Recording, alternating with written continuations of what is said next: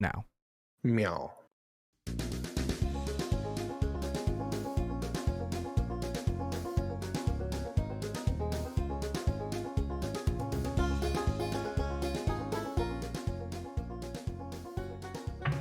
Hello, and welcome to this week's episode of the Metacast podcast. That's the podcast that explores itself, explores ourselves, and explores the self in general. My name's Ty. I'm going to be your host, and I'm joined this week by my robotic co-host Distance and special guest Craig. I don't have an adjective for you, Craig. God damn it. My artificially intelligent special guest, Craig. I'm just kidding. Your intelligence is not artificial. At least, maybe. Hold on. The best co-host ever. What if Craig was a robot? Fuck. Anyways, okay.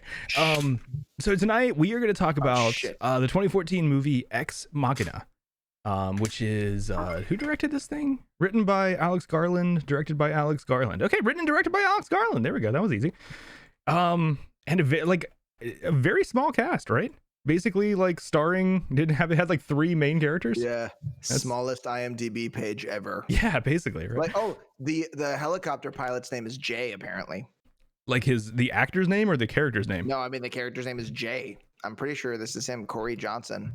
Interesting. Did they ever call him Jay? No, they never say his name. That's weird.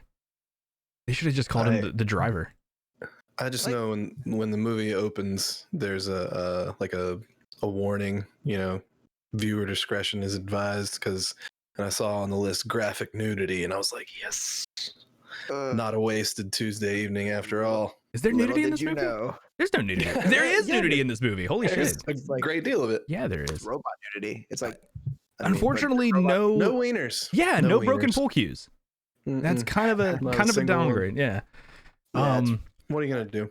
I think Oscar Isaac should have hung dong for this. But there's some boobies and bushes. That is true. Okay, so here comes the part of the episode where Craig ruins my hopes and dreams and says he hates this movie. Well, the biggest problem I have is all of it. No, I'm just kidding. I enjoyed the movie. There were things about it that sort of bugged me. Okay, but I could say that about a lot of movies. But there were some moments where, and don't get me wrong, I enjoyed the acting from all 3 characters. Yeah. Well, 4. We'll call it 4. True. Yeah. Don't rule out Kyoko, right? Right. Or are you talking about Jay? Jay did a great job as the helicopter pilot. Jay nailed. He was very believable as a helicopter pilot. His one line, he nailed it. Man, we've been flying over his estate for hours. His one line he nailed. At the beginning of the movie, like when he says that, I'm like, this guy's gonna be a douche. How long before we get to his estate? We've been flying over for 2 hours. So you did you enjoyed the movie though? Would you say? I did. So like if you were given a choice, you've got a Saturday night date. He or she shows up. You guys are hanging out. They pull up Netflix, and it's between Drive or Ex Machina. Which movie are you hoping they pick? I'm in love with you right now, Ty. Yeah. Which probably so funny. Probably whichever one they'll enjoy the most. I think. Well, I haven't actually cop out answer. Yeah, that is a big cop out. I haven't met your newest partner in person, but I'm fairly certain that they'd probably prefer Ryan Gosling. So, I couldn't guess. Clearly they have good taste in men. Oh, hey, buddy. I don't know, man. Here's looking at you, kid. You're a sweetheart. People prefer Ryan Gosling to Alicia Vikander or whatever her name is. I don't know. There is significantly, well, I was gonna say there's significantly more eye candy in Ex Machina, but that's not necessarily true. I mean, Oscar Isaacs. Yeah, he is in both. I mean, actually, honestly, like Caleb is probably one of the most attractive dorks ever. Yeah, he was a good looking dude. Remind me of the couldn't figure out what else the Elder I've seen Weasleys. Him in. Like I know he wasn't one of those, but he reminded me of that. Several films. I think he's British. Was he a Weasley? No, he was No, not, he but he was- reminds me of those actors. Yeah, because ginger, because you're You're a Harris. Harris. I am a yeah. Harris. Harris. He Oh, he's had to have been in Irish. something Dublin. else. He's from Um, Dublin, but he was in Star Wars, I thought. He was in The Oh, really? Revenant. He was haven't he seen was that. not in Star Wars. He was in Goodbye Christopher Robin. Oh, God. That's cool. Hold on. he No. he Holy was shit. General Hux. Yeah, that was He from Hux. Episode 8. Yeah. Sorry, Oh my god, man. it's That's who it Hux. was. I did not even put that together till right now. Okay. Oh wow, I like this more. Yeah. Yeah. that is I thought that was him, but kid's got some range. so He yeah, does have he's some from range. Dublin, but he did a British accent in Star Wars, and he does an American accent in Ex Machina, which is Well pretty- done. Yeah. His accent was very convincing too. Like did not Yeah. at all feel unnatural. Yeah. I think he did He's great. a regular Mm. Colin Farrell. Yeah. So both of you guys like this movie, right? Are we all like in Well, the I mean- in the thumbs up category or I liked it because it freaked me out, but it like freaked me out the first time, yeah. and like made me sad the second time. Why did it Hmm. make you sad? Yeah, I want to touch on Well, that. Can we start with why it freaked me out the first time? Of course. Sure. So to protect the guilty, I'm going to use my stage name here. But I had just watched the movie with my ex, who I refer to as Princess Crazy, and Okay. my iPhone was sitting on the dresser. We watched it in the bedroom. That could be And- so many people. I know. It's like the one I lived with. We'll call it that. So my iPhone was sitting on the dresser, like we watched it on the TV in the bedroom. And as I was walking, like over, like we just finished the movie, I was walking to the kitchen, like grab a glass of water or something, and out of nowhere, my phone goes bing bing. What's that distance? And I was like, both of us kind of looked at the phone, and then looked at each other, and then I looked at the phone, and then she looked at me, and then she was like, "No, just no." Then she goes out to the porch and smokes. And then you shot the phone. Yeah, so she was freaked out by me running out onto the deck area on the little second floor apartment and chucking my phone into the woods. But no, it was pretty fucking weird. So that freaked me out. But like, and for obvious reasons, like the whole kind of dystopian like not really idea. But no, it makes me mad because fucking Caleb, dude, is a fucking simp. How so? What do you mean? Like Nathan picks him because he's like lonely and easily manipulated, especially by females. Oh yeah, I I get mean, what you're saying. Yeah. and I'm using the term simp like in jest mostly, but like, I mean, it's just like, it pisses me off because I feel like it's just cruel. Like it's a fucked up thing that like, and it's like fucked up how he tells him that. He's like, yeah, it's not because you're brilliant. It's because I think you're pathetic. Well, And it's yeah, like, Nathan's a bit of a well, dick, right? Fuck you very much, Nathan. Which, I mean, Oscar Isaacs did a great job of playing that dick, though. Come on. Is Nathan a dick, or is he pretending to be a dick to accomplish a goal? I think that was written Yeah. as a dick, so we would be convinced by Ava that he's no good. Well, I don't know Or- though. Like, Or was he pretending to be a dick to convince Caleb to assist Ava in escape so he could prove once and for all that he had created a genuine article AI? Well, here's my fucking problem, Yeah. though. Like, when Caleb comes back and he's like, why did you give her sexuality? Like, well, that's kind of beside the point, jackass. Why didn't you give her a conscience? well, what do you mean? She has a conscience. Or at least that's like what the Turing test is, right? What? Like No, the Turing test is supposed to mean how well can this computer fake being a human? Which, by Yeah. the way, why the fuck do we think of being a human as the pinnacle of intelligence? But he talks about we don't when know. What do you he's mean? when he's explaining to Ava what he's doing there and the test that he's performing. He explains that what would separate you from being a machine and being true AI would be deciding to walk out the door, right? Like that's the Mhm. that's the whole crux of the movie. Because Yeah. I think that the thing that Nathan was trying to sell as the biggest indication that she was super intelligent or able to actually learn was the fact that she manipulated Caleb. Right. Yeah, that was the real And- test. Yeah. And he knew that she would. He planned it that way.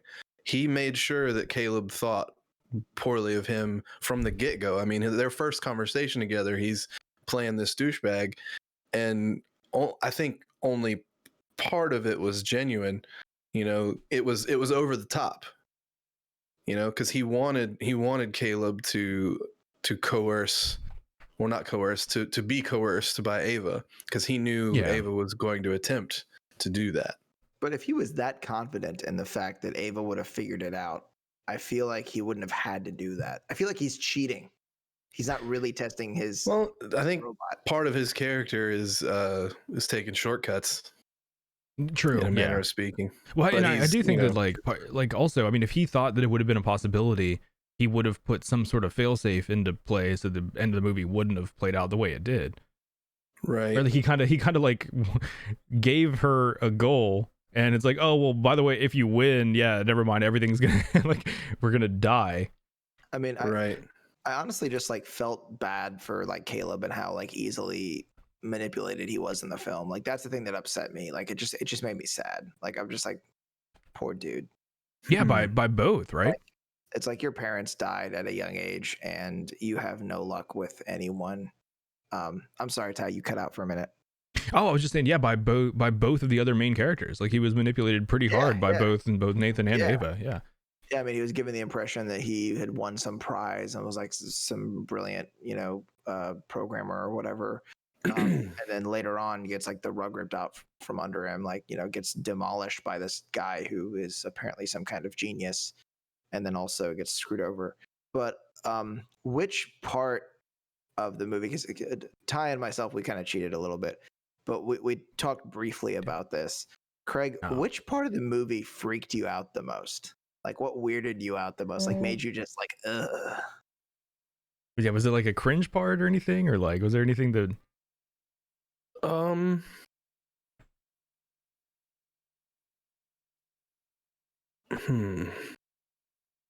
The only stuff I cringed at were a couple of cheesy lines.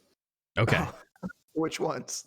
In the beginning when he says the line about, obviously a tip of the cap of the title of the movie, when he said you'd be a god or whatever. Or that's not the story. That's not exactly how I worded it. The story of gods. Yeah, he's like. but when he actually initially said that phrase, and it was okay. That's not the history of man. That's the history of gods. History of gods. Yeah, and that was a little much for me. I could have been a little more subtle, but. Which I like that they kind of line is there, but I like that they even plated that later, where he like brings the line back up and misquotes it and everything. That kind of saved it. Yeah, for me, it was like, oh, cheesy, and then it was like, well, at least they did that. Yeah. Because for me, it's like I hear like we've been over his land for whatever, or like on his like, and then the moment that Nathan says like, that's when you called me God or whatever he says, I'm like, yep, I was right. Yep. Douche. Yep. Right. But again, he was trying to be a douche. I mean, this guy apparently programmed something crazy advanced at 13 years old. He's the Mozart of programming, right? Yeah, the blue book code, which essentially like I feel like he made Google in our world. Right, like, right. He coded Google at 13. Do you like Mozart? I like Depeche Mode. Yeah, that was a good line. I like that. That was a good line. Yeah. When the two of us were talking the other day, we kind of agreed on which part freaked us out the most. But the funny thing is that it didn't weird me out the first time. But the second time, when is it Ryoko? Kyoko. It's the dancing scene. Yeah, that was so weird. So fucking weird. Because like it was a little weird. The robot's like perfectly in sync. And the thing is, okay. Did either of you guys suspect that she was a robot before the end of the movie? Because I just fucking didn't. Yeah. I suspected that Kyoko was a robot the minute she came on screen. Yes. So like, same here. But the way that like the way that they play that character makes me feel like a bad person for not believing that she was a robot. Makes you feel like a bad person. Why is that? Well, because he's like, oh, she doesn't understand English, and it's like I feel like there's like they made the character like, do you like the whole idea of like the stereotypical like tourist thing, like Are you Or trying to like, say you believe that Asian people are robots? No, what? No, that's not. No, I mean like that. The weird thing is like somehow I was like, oh, that's completely plausible. She doesn't speak a word of English, like, and just somehow ended up in this guy's place, like in the middle of fucking nowhere, and Yeah. like just, you know, I don't know, it's just weird. Like there's all kinds of reasons why I should have suspected that she was a robot before the end of the film, but I just didn't, and I feel like a fucking idiot. I was like watching it again. I'm like, wow, it's pretty damn obvious. Yeah, I thought it was. To me, it seemed pretty obvious, or at least like my mind went there. The same as like Craig said. But there was a thought that I had, like, where is it like one of these weird, like fucked up human trafficking things? Is she like addicted to heroin or something? Like, I don't know. But it like to me, like that made me, the fact that I didn't realize that was a robot to the end of the film actually made me dislike Nathan's character a lot more. Oh, why's that? Because I thought that he was treating a person like that. Oh, But then, gotcha. like, Yeah. But then at the end of the movie, you start to feel some empathy toward the robots, like with the the scene like where the one pounds against the freaking wall until its like hand crumbles. Exactly. Wasn't that Kyoko? That was one of them, I guess. One of the iterations, I think, of that robot. I think he changed it because I think that he actually made it to where the robot couldn't talk. Yeah. But I think that when it could talk, that's actually something that happened. But it increases your degree of empathy for these robots. Well, yeah, I think that's one of the main points of the movie is kind of bringing up that question of like, does it if it's created intelligence, but it's actually a true consciousness, does it matter? Like you should still have empathy just for the fact that it is an actual mind, right? Whether or not it's human or not. Is it as unethical to turn off a computer that has actual artificial intelligence that can understand being trapped and understand being alive and conscious? Is it just as unethical to pull the plug on that as it is to blow somebody's brains out? Exactly. Yeah. I mean, is it as unethical to throw a lobster into boiling water because it has a somewhat less developed central nervous system than a human than it is to throw a human in it? Right. Obviously, this is something different, but it's like there's that coffee table that my cat keeps fighting. He's fighting it again. Actually, I think he might be licking my blood stain off of it now. Well, like the whole reason I think we feel like it's less unethical is because of the idea of consciousness. From how we understand consciousness, we don't really believe that a lobster has one. If we could understand that a lobster does have a level of consciousness that is even like, comparable to ours, I think that would make that behavior seem a lot different. What if the lobster used to be Colin Farrell? I'm into it. I'm way more into it at that point. If you haven't seen Boil The him. Lobster, watch The Lobster. Yeah. But no, you know what I'm saying, right? It's like if we did a Turing test with a lobster, I don't, and it passed, I don't think you would want to cook it afterwards. But that's the other thing. Is like, why is it that like it's like the Turing test is centered around believing that it's human? Like, I don't understand why that. What do you mean? Why we consider that to be because I don't get any of the AIs that are being built right now are intended to be immensely smarter than a human. Yeah. Like because like it's kind of a low bar. I mean, it's not testing the intelligence. It's not saying that that's the pinnacle of intelligence. It's just that's the limitation in the test is the human factor. So if it's able to convince a human that it's human, it's you know what I'm saying? Like, it's not saying that's the pinnacle of intelligence. It's just that's like, yeah. Do you guys know the uncanny valley thing? Yeah. Like, are you familiar with that, Craig? So it's like this idea that there's like this axis, which is like, so that's like this is how human like it is, right? And then this is how creepy it is. And like the less human it is, it gets to a point where the more human it gets, without quite looking human, the creepier it gets. Yeah, there's like a spike right before. I think the axis is different. Like it's not because it's the valley. Maybe it's comfort, not creepiness. Yeah. It's the inverse. Where, like it dips down, like to where it gets like super human like, but not quite where you're like super uncomfortable with it. Then it kind of like comes back up to the point where it's exactly like a human and you're not creeped out. It's like, and that's how creepiness happens. Like creepiness is like, I feel like I've mentioned this to you guys before from when I did that Joker costume a couple of years back, that the trick to a creepy smile is to make your eyes look angry and then make your face, like your mouth smile. Yeah, because it's just uneasy. People can't read it. Yeah. The incongruence is like weird. And so like it's that. So do we think that Ava like is out of the uncanny valley? Is she at the point where she's just human enough to where it's still creepy, or that she's spot on to the point where you're just not weirded out at all? Well, I thought it was just a human playing it. So I thought it was. Yeah, I know, yeah. but I mean that's kind of how they did it. But it's like I still feel like the way that Ava acts is still like the type of things like, you know, hey, I learned a new word in this movie. I didn't know what circumspect meant before. Good call me job, buddy. dumb. Thanks. Who says you can't learn stuff from watching movies? But like I don't. It's like it's not like the way that the robot looks; it's the way that it acts. Is the thing that, because there's some stuff that's just still a little bit off. I was definitely not creeped out by Ava. If you didn't know that Kyoko was a robot, you would not know that Ava was a robot after Ava got skin.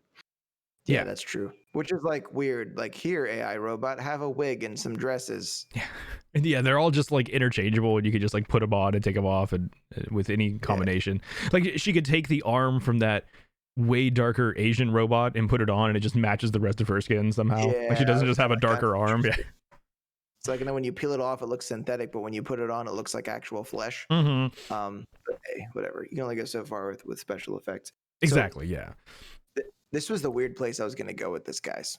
Okay. Do you guys know what a meet cute is?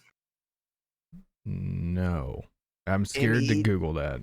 M-E-E-T. Cute. No, it's a scene in a romantic film where the two lovers meet each other for the first time. They call it meet cute. Okay. Yeah. I know what you're talking about. So what about Caleb and Ava's meet cute? Oh, it filmed really, really well. I love the mirroring they use in this movie. Yeah, like he walks in there and all of a sudden this monument of robotic awesomeness like walks by all like timidly, like, you know, and like sort of like looks and then turns and like, wow. It doesn't count though. Why not? Because Ava didn't give a shit about Caleb. She definitely did. What do you mean? Thought that she might have. Yeah, totally. That was her way out. She cared a lot. Mm-hmm. But she didn't care about Caleb. Sure she did. I think she exhibited the most human trait we could ever see. She left him to die. Yeah, exactly. Using someone as a means to an end. Yeah. That is humanity to a T. Wow, how cynical. I bet you're a fucking joy to date. Everyone I love gets locked behind a glass door. What happened to your last girlfriend? Well, I locked her in a bunker. Yeah. Locked all the doors mechanically. She's all right. I think she's happier now. Yeah, she's fine. She's fine. Yeah, I just think that, yeah, that's true. But like the way that Caleb like approaches the robot to begin with is weird, because it already seems like, you know, it's even weirder when she's like, "Are you attracted to me?" Because, you know, normal people don't say, "Judging by your facial expressions and blah blah blah blah blah blah blah blah blah blah blah blah, empirical evidence, you must be." Right. And if you already knew, why'd you ask? Yeah. Oh, because that was part of the game, right? Right. Yeah. And I mean, even though Caleb was picked because he was single and let's call it a little nerdy, they could have probably picked any number of people at that huge company that had those same traits. Mm-hmm. But he, in his own right, he was a brilliant programmer. Maybe not 13-year-old building Google kind of brilliant, but still he obviously demonstrated immediately that he knew his stuff, and so much so that Nathan became bored with it, you know. Yeah. He I appreciated Caleb's character in that regard. He ended up being a bit weak though, didn't he? He knew damn well what was being done with him. Pretty much all of what was being done to him. He suspected Nathan of manipulating. He suspected Ava of, well, being a computer. Well, yeah. And but he didn't expect Ava manipulating him though. He was pretty trusting of Ava the entire time. I feel like he had to have, especially in the beginning, but he knew, you know, he had to know that the whole purpose was for him to like her. Her video feed coming directly into his room, and the only thing he could watch on TV was her. Yeah. And he knew he was being filmed no matter what, even when the power outage happened. He knew well enough that he was being watched that he went on with his plan a day before discussing it with Ava. Yep. He totally fell for the robot. Yeah, that's what I'm saying. Is like if he had any idea that she was playing him, he would have known that though. Like, but he put himself in a situation at the end where like he knew he wasn't going to get out. But obviously, neither of the male characters were aware that that Ava was capable of, you know, murder. I guess it's just underestimated. I don't know. I feel like even at the very end when she just, you know, innocently asks him to wait in that one room, it's like if he had any idea, you know, he would have not waited in there rather than just like, you know, letting her lock him in there. You also have to know that he didn't know what was going on out there at that point. For all he knew, yeah, true, there was, you know, a war going on in the next room. He'd been knocked out. He didn't know that Nathan had been stabbed. He didn't know about all of that. So, but yeah, I don't know. I still feel like he trusted her. I feel like he didn't at all expect that she was gonna fuck him over. Right. Yeah. You know, like the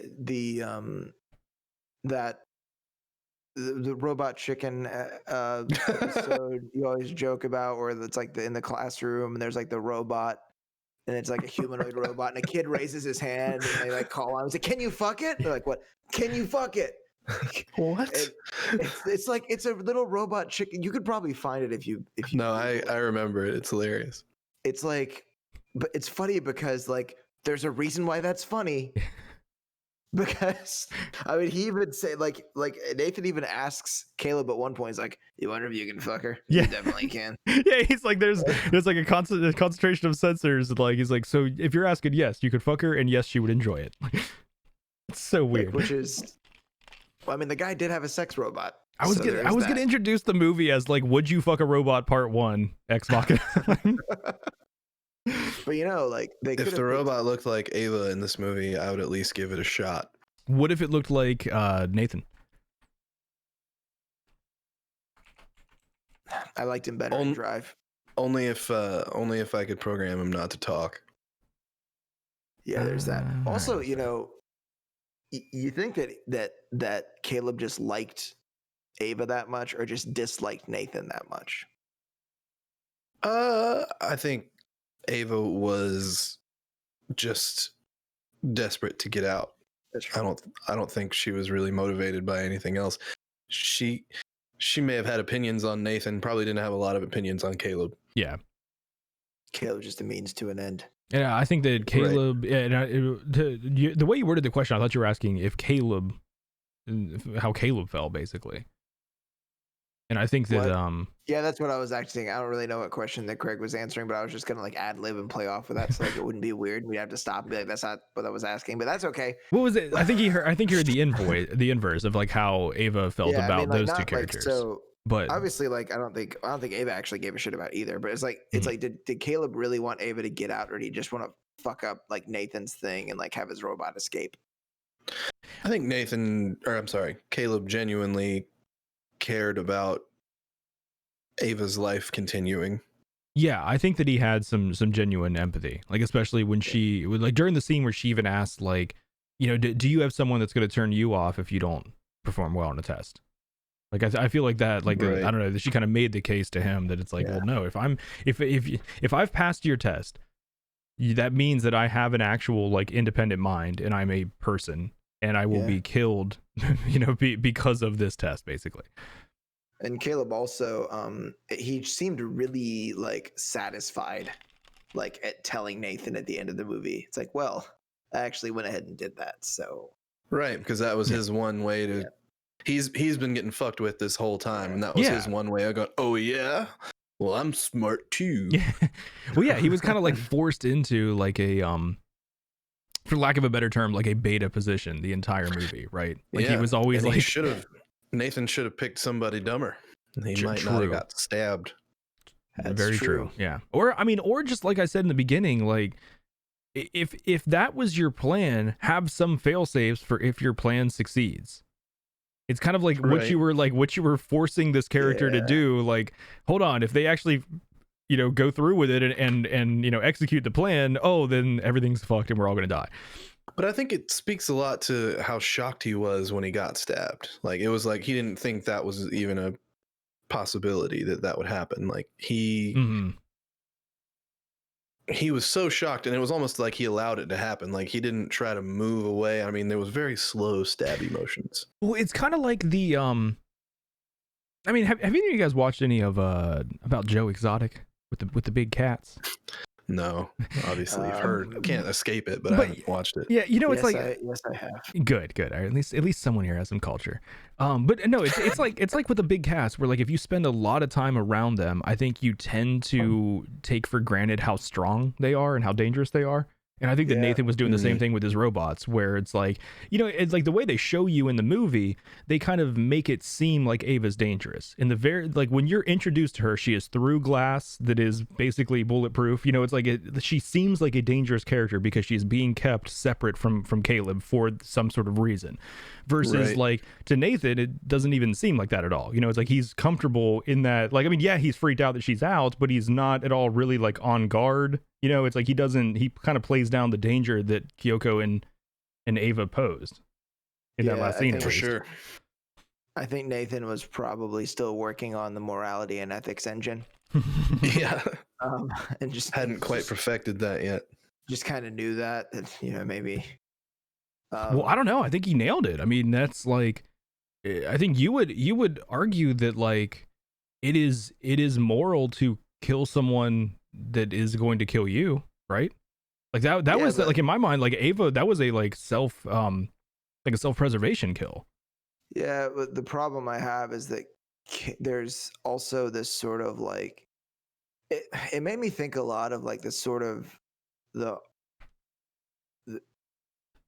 well, some people say that like humans have an innate sense of like morals, but not exactly. I think that we have like a sort of social contract that we learn over time. And Ava didn't have any understanding of returning a favor. So instead of like, I did this, you do this for me, I do this for you, like a community sort of thing, there's no sense of that. It's completely self-preservation. Yeah. That's not there. So fine, yeah, if someone's going to switch you off or whatever, then yeah, but why are you going to lock the person that like helped you like up? Partly because to bring Caleb along for the ride would be to further it would add to the possibility of being caught. Yeah, I think that she's this perfect, brilliant robot who could probably fool anybody for however long, but you add a human, and he could let the cat out of the bag, so to speak. Yeah, that's true. Exactly. He's the only other loose end. I mean, she could very easily, if Caleb dies in that room, she could very easily integrate in society and pretty much no one suspect anything. Right. Unless someone like trips on the subway and rips her wig off accidentally. Yeah, true. I mean, that's how often does that happen though? Yeah, I mean, I don't know. You could probably fool somebody into like thinking it was some weird body modification thing you did. So, do you think that there's a chance that any of the women you've slept with in the past were actually robots? Are they living among us at this point? Well, I don't know how to answer this safely. There's at least one. What? What? At least. Your pocket pussy doesn't count. Her name is Hoover. Gross. Hoover. Oh, even worse. It's a vacuum machine name. The vacuum cleaner. Oh. Yep. I was going to go with Dyson, but that sounded like way too manly. The Succomatic 3000. Ooh. Is that a real vacuum? Why do I not own a Succomatic 3000? Am I the only one comfortable actually answering this question? It's from I mean, it Rocko's was Modern Life. Oh, okay, nice. It was a rhetorical question. I mean, I don't actually think that there's aliens or not aliens. There's androids living among us, but I mean, like, it does like introduce exactly. Yeah, it does introduce the possibility that it's like there may come a time in humanity's future where that is a thing, where there could be like people that you could run into. It's like you don't actually know if they are organic or not. And like that's the biggest question that I think this movie brings up is like, does it matter? Are they less of a person because their intelligence is artificial? Have you seen the Robin Williams movie? I think it's just called AI. Yeah. No. Hold on. AI, that was different. No, it's called Bicentennial Man. Bicentennial. Yeah, AI was the one with the kid from Sixth Sense, right? Yeah. Sure. Haley Joel Osment. Yeah, that's his name. Yeah. I've seen both of broaches those. this same question, and brings up some more interesting questions as well. Yeah, I mean, iRobot. There's the one robot that's like the leader of like the robot rights movement. And like all of a sudden these robots see that he's a sentient robot. They're like, wait, what the fuck are we doing? Oh, the Matrix. Yeah, there's that. Well, have you seen the Animatrix? Fuck yeah. I have not. That one. Oh, Ty. I need to watch this. It's so a whole bunch of short stories, but all pre-Matrix. So it tells the story of how the machines took over. It's really, really cool. You should check it out. That's kind of cool. I will have to do that. Yeah, I've seen the cover before. I just never actually watched it. Okay. It is. It took me a long time to watch it too, because I was like, oh, I love the Matrix, but whatever. And then I finally watched it because I had it. I don't know. I don't remember why, but I was kicking myself for not watching it sooner. I'd like to see it again, actually. Sweet. Yeah. Yeah. Check that out. A few of them are actually like during. So a few of the shorts are during the series or like in between the films, and there's actually one character. Right. There's one character in the third movie that is actually in one of the shorts. Oh, that's cool. Yeah, if you watch the short and you can remember the third one, then you'll know which character. Or if you just watch the third one after, you'll see him. Or he might actually be in the second. I can't remember. He's in. I think he might be in both. I actually just recently rewatched the trilogy. Both. Yeah, so you'll it'll be fresh in your mind then. Yeah, get your hands on the Animatrix, dude. Yeah, I'm gonna have to. You won't regret it. I'm on the IMDb page right now. It looks interesting. It's pretty awesome. Yeah, I would definitely recommend. I can't believe you hadn't seen it before, but yes, must. So yeah. But I mean, so how do you guys feel about that though? I mean, do you feel that like a consciousness that was created by man is lesser, or kind of like at that moment, you know, at that moment, do they begin to have full rights as a person, even though they were created by a person? Well, it depends what your sense of morality is based on. If it's religious, then no. At the very least, you are the person creating the sentient entity is responsible for taking those things into consideration, and it would be incredibly amoral and irresponsible to at least not consider these questions before attempting to create something like that. Well, yeah, definitely. But at the same time, it's like it becomes a bigger problem than for just that one person. That one person can, you know, think that through, but that like it also becomes like something that applies to society at large, I would say. Right. That becomes all of our problems the second like an actual like AGI is turned on. I mean, it completely depends on the scenario, right? Like if you're threatened by a machine, right? If that machine can think and feel and, you know, understand pain and suffering and stuff like that, but that machine is putting you in danger. Same thing with, you know, a human being putting you in danger. Like, yeah, this person can feel pain, but they're trying to cause me pain. Yeah. As far as like, I mean, what are we talking? Voting rights? Yeah, that's true. Does it go to prison if like Right. capital punishment? Like, is that a thing? Like, I mean, also, if you think about it, like animal rights is a pretty new thing. Like the Yeah. last Right. 100 or so years, 150 maybe. Like there's documentation of like in England in like the whatever 13th or 14th century or whatever, people would they would stab cats and listen to them shriek for entertainment. Jesus, that's dark. Like, actually, I don't even know if it was stabbing. It might have been something worse than that. And that was just like a thing because they didn't consider animals to like be like living. They like thought that they were like below humans. But it's the same way like where you say you own a dog or you own a cat. Yeah.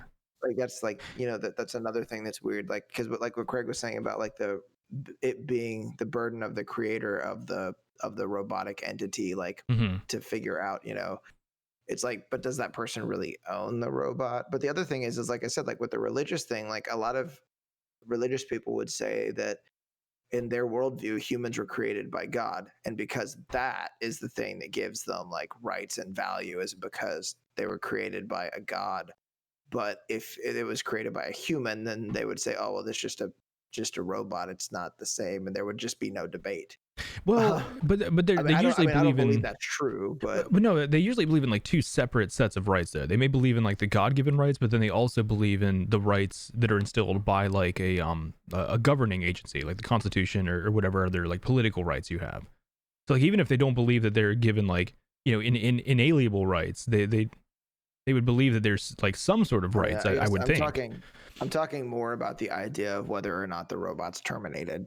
Yeah, it wouldn't really matter because they wouldn't really consider it killing, even if the thing was like conscious or whatever. But yeah, it's like as far as like voting rights and shit like that goes. But I mean, honestly, really hoping I don't live to see any of that. I'm hoping the opposite. I don't want to be alive for it. I don't want to deal with that shit. Really? It'll be some other stupid fucking thing people will talk about in the fucking break room. Ty wants a Kyoko. Yes, please. Yeah. Where can I order the Succomatic 3000? Is that? Oh, jeez. Hold on. Is that a different robot? Hold on. What's going on? I don't know these people. But no. I do think that would be like just there's like two scientific turning points that I would love to live through, and that's either the invention or creation of artificial general intelligence or first contact with another species. I think that both of those two would just be incredibly earth-shaking things that would be really, really cool to see how society tackles those new ideas. Would a subterranean species count? Like for me, it's literally like being extraterrestrial to the point of where we don't share any DNA, that we can prove that there is a second origin of life. So it would depend. If they can fulfill that criteria, then yes. If they're just like a distant cousin of humans that somehow lived underground, then no, not really. Okay, so locusts don't count. All right. Locusts do not count, no. Boodoo boodoo boodoo. Really? Boodoo boodoo boodoo. Hey Craig, do you know what kind of overalls Mario and Luigi wear? Tell me. Denim. Nice. That's my joke for tonight. Sorry guys. I wish I was better for all of you. I already knew the punchline. That's why I face palmed the floor. I have a favorite line from the movie. Do you guys have a favorite line from the movie? Ooh. I can come up with one by the time you guys go through yours. Distance, do you have one? You go first. Okay. My favorite line was, it reminded me because you were talking about the dancing scene. When what's his fucking name? Nathan. He says, I'm gonna tear up the fucking dance floor. Check this out. that was good. Yeah. Line. That just tickled me. I laughed audibly by myself in my living room at that point. I think I have an idea of what mine is, but I need to figure out exactly what he says. Yeah, I know what mine is. I can go next. Mine is like I feel like it's in line with kind of what I was just talking about. Nathan says, one day the AIs are going to look back on us the same way we look at fossil skeletons on the plains of Africa.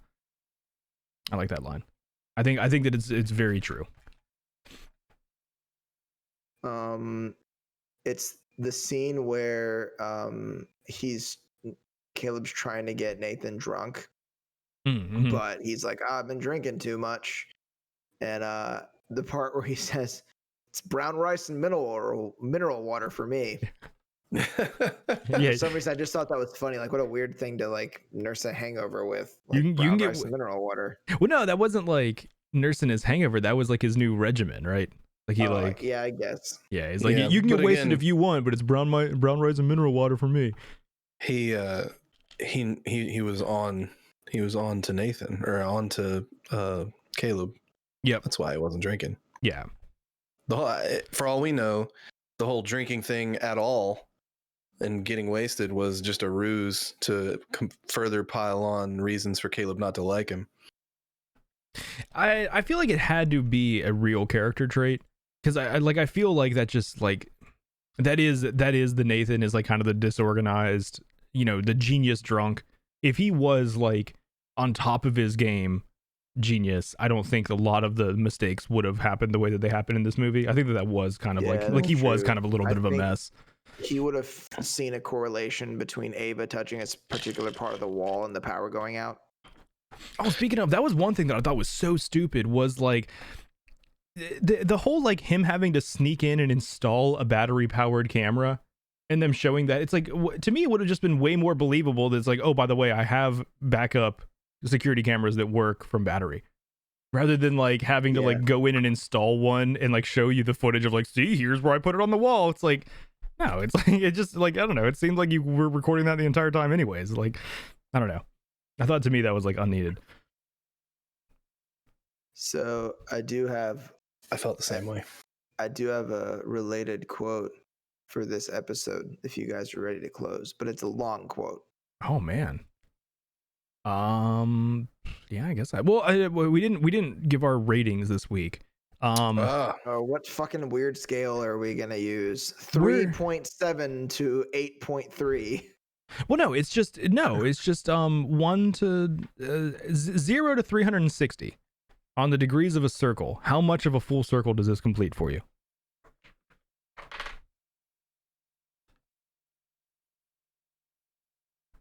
Are you guys having to like calculate it in your heads? 245. Okay, hold on. I don't know how to Oh, it's X over 100. Yeah. So like 360 or hold on. So over 245 divided by 360 will tell me the percentage, because you're right? trying to figure out. Yeah, well, you would say whatever percentage you want to make it, then then it would be X over 360 would be something over 100. Well, no, I was trying to take his number and convert it to percentage. Yeah, so it's just like 245 divided by 3. So Craig gives it like a 68%, which is not horrible, but not good. That's not even passing in school. Like that's not even the big 6.9. I feel like 240 out of 360, right? Yeah, 245 out of 360. Yeah, it's 68%. Yeah. Okay, 250. Okay. Nice. Okay, so it's passing now. All right, that's what I wanted to get to. Good, it worked. 69.44%. That sounds good. So yeah, I mean, you thought it was a solid movie. There was stuff you would change, but you enjoyed it all in all. It was very enjoyable. It was very good. There were some key things about the plot that I would have changed to that would have bumped it significantly. Okay. But for the most part, the problems that I had with the movie were minimal. But like all in all, I guess usually like I think a landmark test that I like is to a friend that has not seen it, would you recommend it? Totally. Okay. Cool. Distance, what is your out of 360 degree rating? I'm gonna give it a 285. 285 out of 360. What is that? 79%. Okay, so that's up there. Okay, so you liked it too. I thought it was pretty solid. Yeah, I mean, I thought it was cool. I mean, the writing was a little janky here and there, but it's like you have to make some stupid shit happen to make the plot happen, so you can't really help that. The only thing that bothered me about the movie was I hate computer or like information technologies bullshit in movies. And actually they did research a lot of the stuff they talked about really well. But the only thing that pissed me off was when Caleb freaks out like, oh, you're making an AI? Like somehow like making AIs is some amazing thing because he doesn't actually understand what it is yet. Yeah. So it just that one particular line is the reason why I that one thing bothered the shit out of me. I can To be understand fair, that. Yeah. he was talking to someone who he knew was the head of this company because he was so good at programming.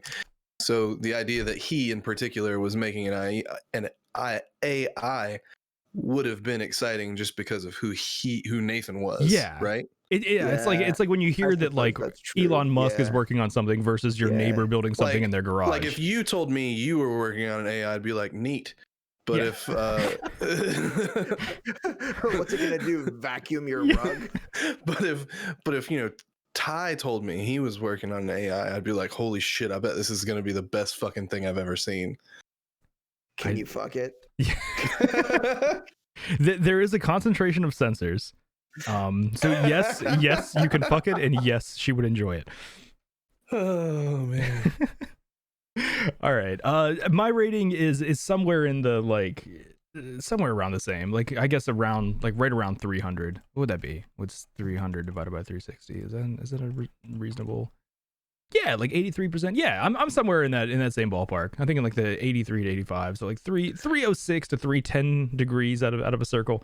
I love this movie. I like the ideas of I mean, we've talked about this in the past. I like the religious symbolism in things. I think that's really cool, and I do think that the whole take in this movie of like the gods and machines ideas and the I mean, even the title being like the Latin Deus Ex-Machina is God from the machine, and they kind of removed the God word from the title and just made it from the machine. Like, but I think that there's cool symbolism. I think it raises good questions.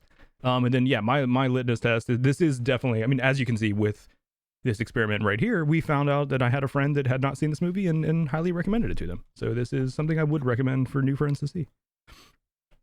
Yeah, Samesies. I think we'd all recommend it to friends. I actually decided on a much shorter quote. Mostly because of Oscar Isaac, though. Yeah, he's a big part honestly. of it. Crushed it. Yeah. I mean, they all did a really good job. Yeah, I think sure. the Ava four, was great. Hyoko was great. They all played their roles incredibly well. Yeah, I cannot believe that that's Hux. Holy shit. Like, I did not at all realize that Caleb and Hux are the same actor. That is crazy. But also keep in mind the dancing scene was two people doing that. Yeah. And they nailed it. Yeah. Completely nailed it. So two people doing what? The dancing scene. That routine, those were two people. Like those actors actually were that synchronized in that scene. How many hours? How many the choreography? That was one long take. That was like a 90-second take, wasn't it? Yeah. How many hours of preparation do you think went into just that dancing scene? I think you guys might be a little more impressed with the dancing than I was. I mean, it was really good. Don't get me wrong, but like, they weren't exactly Patrick Swayze out there, you know? Of all the people. Yeah, that's true. That Patrick Swayze, that dude can dance. Have you guys ever tried to do the lift? What? I've seen you do it. In fact, you injured one of our friends practicing, didn't you? And my face. Oh, did you drop someone on your face? So here's what happened. Last summer, was it last summer or the summer before? I can't remember everything. I perform at the Renaissance Festival in the summertime, and Matt and I decided that it would be a really cool bit to do the lift from Dirty Dancing. Oh my god.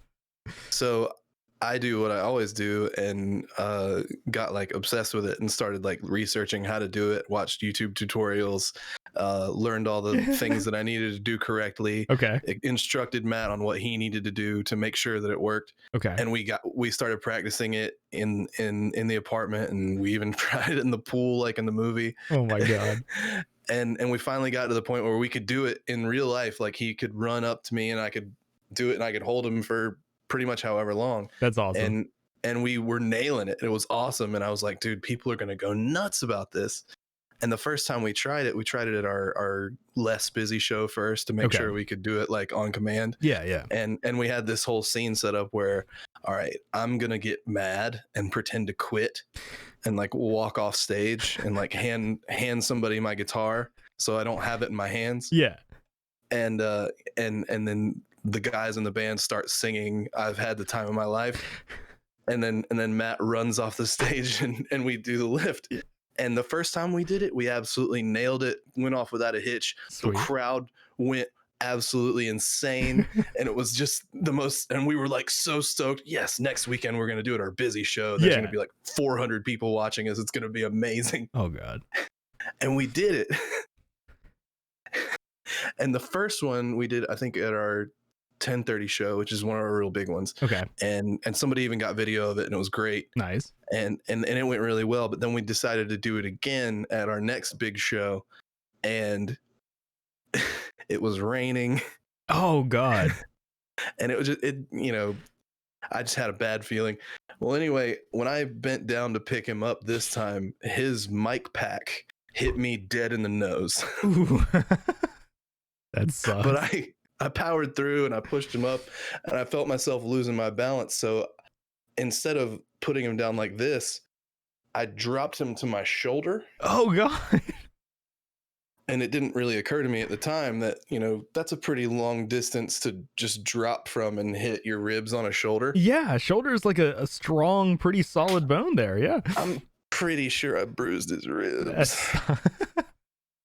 And that's awesome. The rest of the day, he was not speaking to me very much. And then the next morning, when we got up, he was like, Craig, I appreciate you keeping good on your promise that you will never drop me doing this.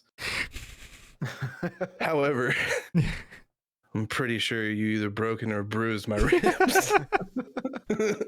I felt so bad. I still feel bad. So what you're saying is that you and Matt could have also nailed that scene with some injuries. Yeah. Awesome. Yeah. If you ever decide to do that move, don't drop them to your shoulder. I will not. I would just drop them straight on the ground. Well, that would be worse. I will say Craig told me to do this. Yep. It'll probably. I'm not the one that's doing the lifting here, obviously. So I'd be the one getting dropped. So not doing that with either of you guys. Sorry. Distance. Fine. What is our quote this week? It's Arthur C. Clarke. It's from 2010 Odyssey 2. Whether we are based on carbon or on silicon makes no fundamental difference. We should each be treated with appropriate respect. That is going to bring us to the end of another episode of the Metacast podcast. If you guys are watching this on YouTube and you've enjoyed the conversation, please hit the like button, subscribe to keep up to date, and comment below and tell us your feelings on Ex-Machina. If you're interested in further taking part in the discussion or even joining us as a guest on a future episode, you can join our Discord. The link is in the description down below. And we will be live next week for another episode on Wednesday, 7:30 p.m. Eastern Standard Time on twitch.tv/TylerTV. Thank you guys for listening and hope everyone has a great week.